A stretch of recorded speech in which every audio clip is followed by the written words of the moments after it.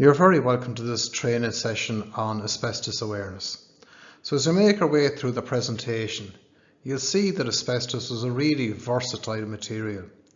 So one of the main reasons it was used was because of its properties, such as chemical and fire resistance. There were so many products that had asbestos incorporated into them, but the big issue with asbestos is when it's damaged or in poor condition, friable.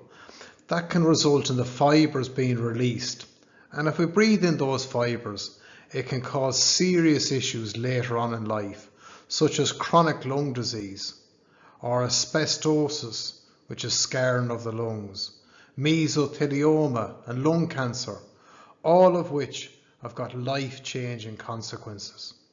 I've been delivering this course for a little over 10 years now, mostly to caretakers, and the vast majority of them, they've come from a background in construction and they've often worked with asbestos. But to be honest, they weren't all aware at the time of the dangers of asbestos, and some didn't even know that they'd actually used materials that contained it. But that's all changed now, as we now know the dangers that it presents. So each one of you that's on this training session, you need to make the right decisions for your own health and for that of your loved ones. So we'll look at how to deal with asbestos safely and what we need to have in place. I really can't stress how important it is to make the right decisions. I've had people attend this course in the past telling me stories on how they were exposed, and some of them developed lung cancer, and they're sadly not here with us today. So this presentation is hard-hitting because it has to be. You're going to be looking at the hazards. They're the things that can cause you harm, and the risks associated with asbestos. So we'll see where it's likely to be found and how we're going to manage it safely by having control measures in place to reduce the risk. You don't become a statistic from exposure to asbestos. So come with me over the next few slides where we'll go through it step by step. So now we're going to look at some of the key objectives. So the first thing we need to know is the location of asbestos within your building. So in buildings that were constructed before the year 2000, they may still contain asbestos. It was commonly used in roofing, insulation, pipe lagging, ceiling tiles and even floor coverings, but it was used in so many different applications. You need to check the asbestos register for your workplace or site before carrying out any works. Your building has to have an asbestos survey in place. It's a requirement under the asbestos regulations in Ireland. And also, prior to any remedial works being carried out, a refurbishment and demolition survey is required as a control measure. Then we need to identify the diseases caused by exposure to asbestos.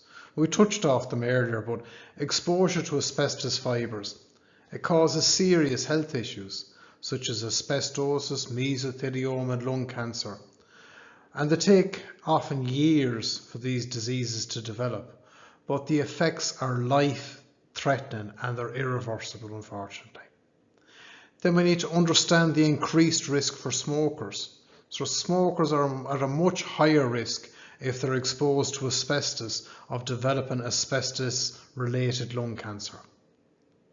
Then identify some of the likely uses and locations for asbestos products in buildings. So asbestos, it was widely used in cement sheeting. You'd often find it in boiler rooms, in corrugated roofs, sprayed on coatings and pipe insulation, back of electrical panels on fuse boxes, or it was used in science labs and things like that because of its chemical properties, resistant to chemical attack. So you need to have a look around it because it's a hidden danger essentially, and the asbestos survey will identify where it is. You need to know how to avoid the risks from asbestos. Never disturb it. What would you do? You're going to stop work, report it. It's only licensed asbestos contractors that should handle removal. And always follow the Health and Safety Authority's code of practice, which we see on the slide here. Now, next is to explain the general emergency procedures if the asbestos is discovered or disturbed. So In the event it's accidentally damaged or disturbed, you're going to stop work immediately, evacuate the building and prevent others from entering.